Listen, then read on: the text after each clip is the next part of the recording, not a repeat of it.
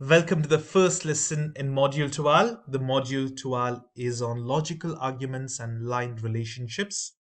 Lesson 1 is Conjectures and Counterexamples. The learning objectives of this lesson are: write and analyze conjecture by using inductive reasoning, disprove conjectures by using counterexamples. In the series of these videos, in the coming videos, we will use plenty of examples and checking problems to understand these both objectives thoroughly.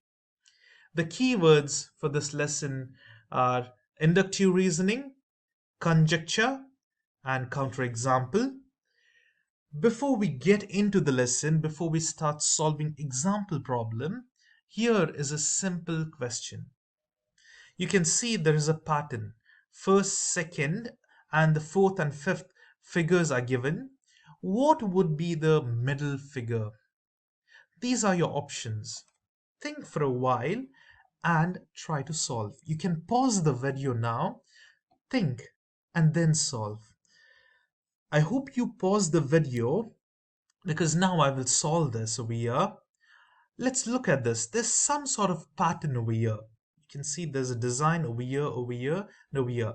There are dots. Let's start counting the dots. Over here there is 1, 2, 3 dots. Okay, that's 3. And over here there are 4 dots. We don't know what's over here. There is 6 dots over here. Then 4 plus 3, it'll be 7. So with your basic logic, what would be the number of dots in the middle? It's a continuity. After 4, what is the number of dots? It'll be 5. So this is one way to interpret. Now let's see the options. Now over here we have 3 and 3, 6. So this is wrong. Here there is 5. Here there is 5. Here there is 6. So this is wrong. And here there is 5. So by our basic logic or reasoning, we have eliminated 2 options. We are remaining with still 3 options. So what do you think would be next? So now let us try and analyze over here. Here these dots are to the right and to the left. I mean, it's like a diagonal from right to left. Whereas over here it's a diagonal from left to right. I don't know what's over here, but over here it's left to right, or over here right to left. So our inductive reasoning or basic reasoning would give you the answer. Okay, this is right to left, left to right. This again would be right to left, left to right, and so on. So let us see which all would give us that reasoning. Over here, over here. So this would be wrong. So B or E would be the answers. But which is the correct answer now? Because we have 2 over here. So now let's see the shading part. So this B and E. So let me just remember this, or this can be the answer. Here we have straight lines, whereas over here there are slanted lines. Let's check this lines over here. There are slanted lines over here, straight lines. I don't know what's over here, but again over here there are straight lines, here there are slanted. So, you know, we will be we would guess over here it would be slant as well. So now look at the options. This is straight.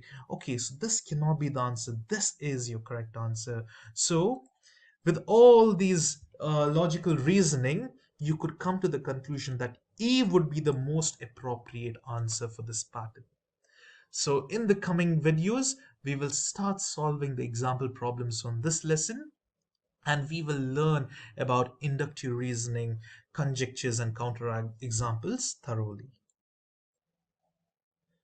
The first example is on patterns and conjectures. We have been asked to write a conjecture that describes the pattern in the given sequence. Then we have to use the conjecture to find the next term. So basically conjecture is like guessing what would be the next term or next pattern, Here we have appointment times, say appointment to a clinic or hospital or anything. The first appointment is 8:30, that's 8:30 in the morning. Next will be 9:15, that is 9:15. After that, it's 10 a.m. and 10:45 is the final one, that is 10:45 a.m. So we have 4 times over here. How would you find the next one? So now this is pretty easy. Some of you have guessed it already, There's certain difference in the time, so you just add that and you get the answer.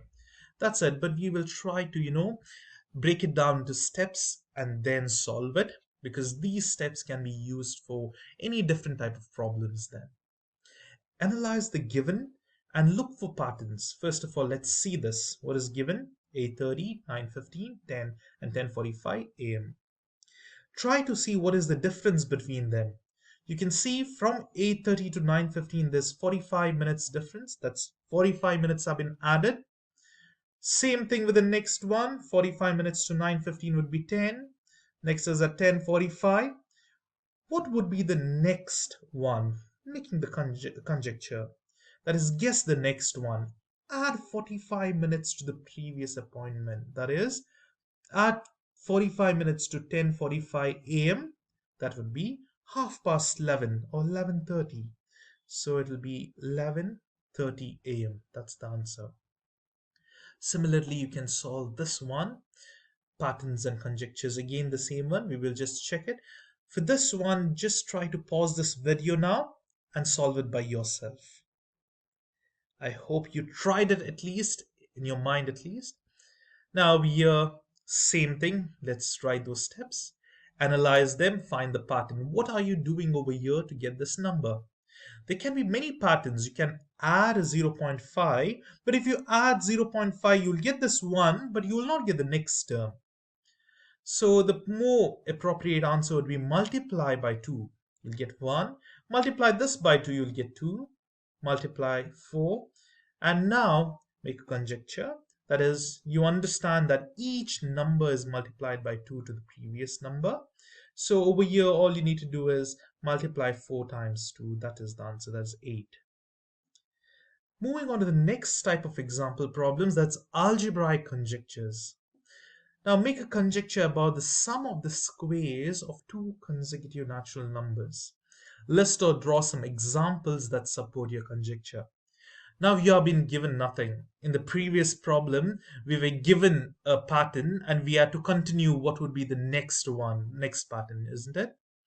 But here they have told you something. See, first of all, let's see the step. List some example. But what do we have to list examples of? Make a conjecture about the sum of squares of 2 consecutive numbers. Squares, that is power 2. Sum, add, of 2 consecutive numbers. Now, imagine any number in your mind. Okay, now I can't ask you which numbers you're thinking, but write that number down. So I will think a number 7. Now, if this is my first number, I need to square it and add consecutive natural numbers. That is next number to this. If I take 7, next one would be 8 and square it up. So what would be the answer of this? So this is what they have asked. And the example over here, that is there already. But anyways, so now what you need to do is take not only one, many examples of consecutive numbers and square them. See, for example, 1 square plus 2 square. 2 plus 3, both will be squared. 4 square plus 5 square, 7 and 8, 10, 11, 15 and 16. What is the answer you're getting? 5, 13, 41, 113. Can you find any resemblance?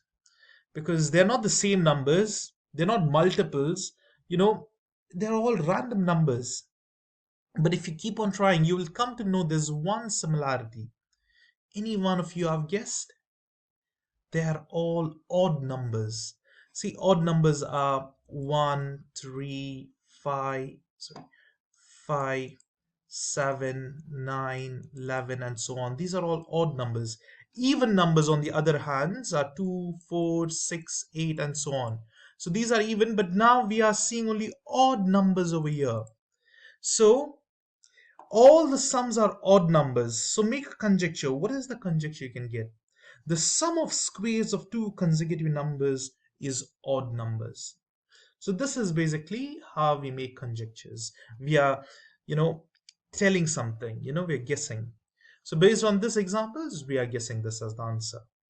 Now, similarly, we can check this problem. Now, you can take time and solve it by yourself. but I'll be solving it anyways over here. Make a conjecture about the sum of two odd numbers. Sum of two odd numbers now. List or draw some examples that supports your conjecture. Now, same thing like we did in the last problem. Just add two odd numbers, 1 and 3, 3 and 5, any two odd numbers, but make sure you have to take two, any two. It's not like continuous. You can just take any random two, but they must be odd. It should end with 1, 3, 7, 5, or 9, so odd numbers whichever are there, so it must be ending with those. So now see, for example, 23 and 41, they're not continuous, but they both are odd numbers. When you add them up, you can see the answers are always even. So that means over here, all the sums of two odd numbers are even numbers. So the conjecture is the sum of two odd numbers is even numbers. So these are the basic problems. Now in the next coming videos, we will go ahead with the topic of conjectures and we will solve a bit more complicated problems. The example 3 is on geometric conjectures. Make a conjecture about the relationship between the segments joining opposite vertices of isosceles trapezoids. Now, let's list some examples for trapezoids, isosceles trapezoids. We know isosceles trapezoids have these two lines over here equal, the legs. So the legs are these two from the base. Now the legs are always equal for isosceles trapezoid. And what is this segment doing? This segment, see, the segment that joins the opposite vertices. Now this is a vertex. It's like an edge where two lines are joining, vertex. Opposite to it is over here.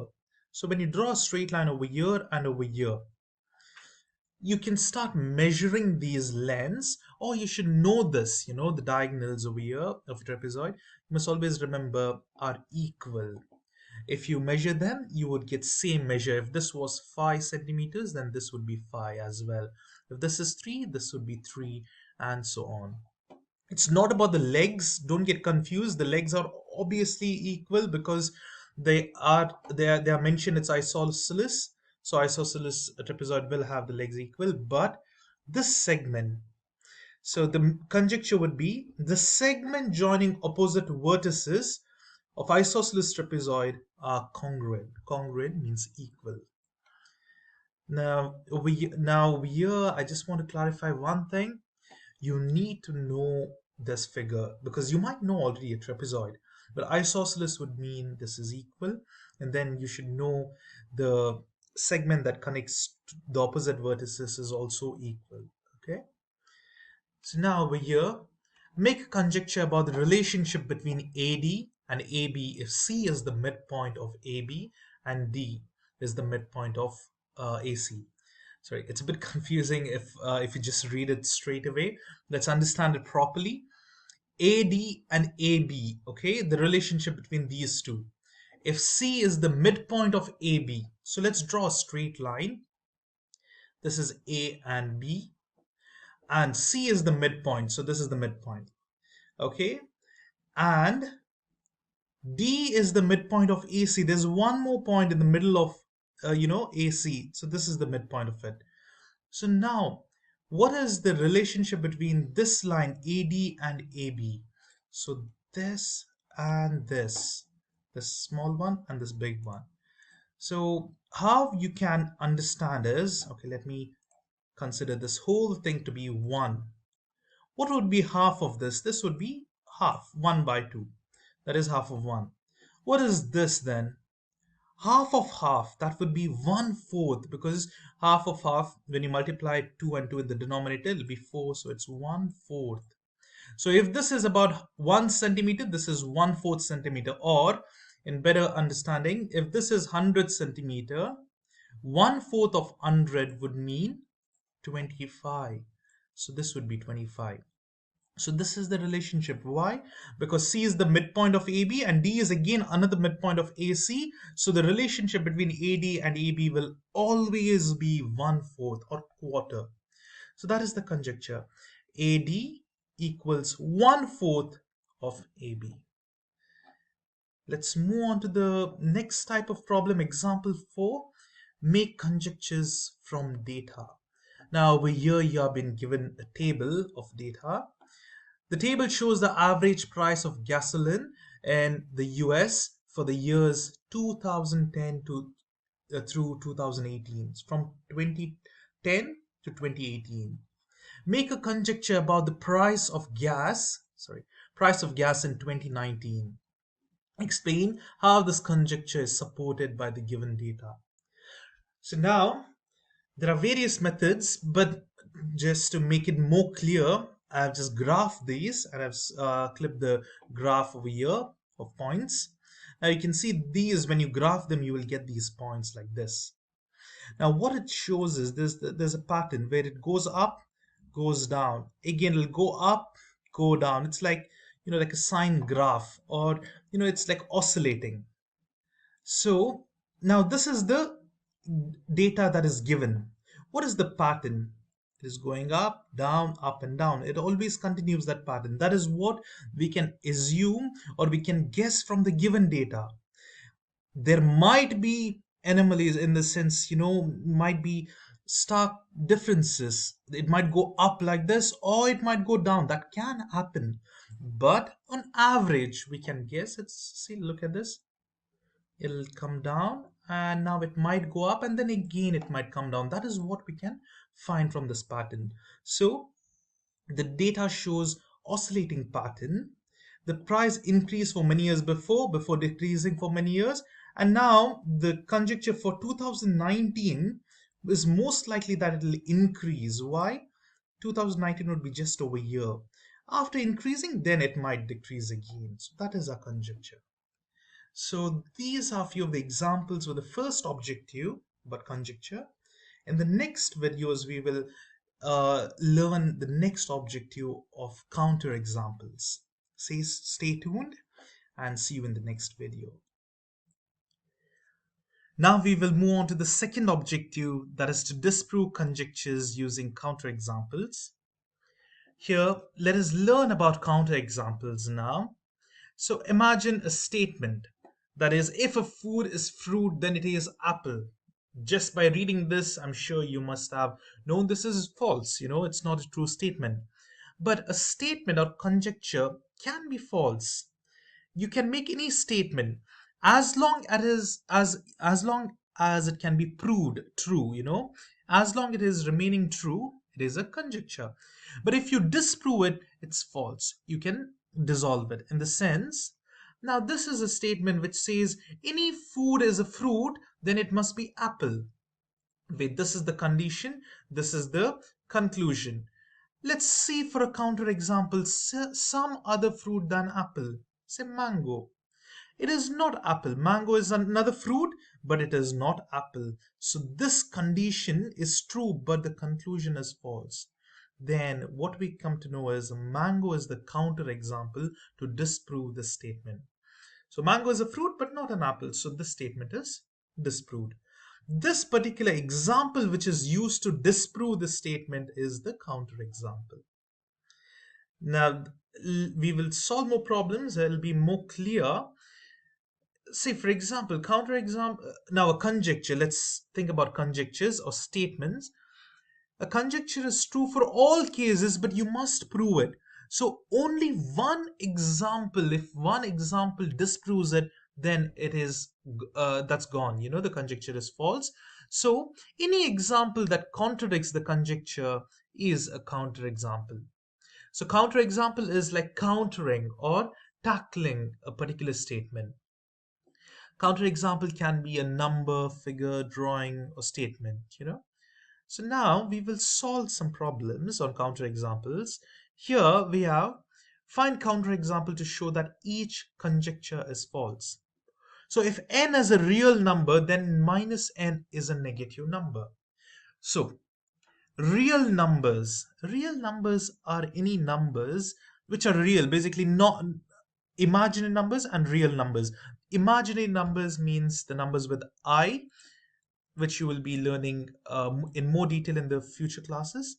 But now, real number would be any number that is say 2, 4, minus 3, or anything, that is which can be counted. Now, here we will first analyze the statement and then take some examples. So n over here, if minus n, it must be negative, right? So let's take example 4. When you multiply minus sign to it, what's the answer? It's negative 4. Yes, it's a negative number. Let's take 37, or you can take any example which comes to your mind. Multiplied by minus sign. Yes, this is minus 37, which is negative as well. But now look over here. If I have taken a negative number itself, minus 2, multiply with minus sign, and what are you going to get? Positive number. Now this over here is a counterexample because this contradicts the statement or the conjecture. So the counterexample that contradicts the conjecture is this minus 2. Or you can take any negative number, because when n is negative, minus n would be positive. So this is the counterexample for this particular conjecture. So it can be any negative number. It can minus 2, minus 5, minus 10, or so on. Any minus number. So when you multiply minus and minus, it becomes positive, and this statement is proven to be false.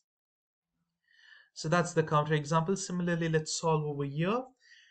Find a counterexample to show that each conjecture is the same continuation. Over here we have ABC is congruent to DBE. It's very hard without a diagram over here.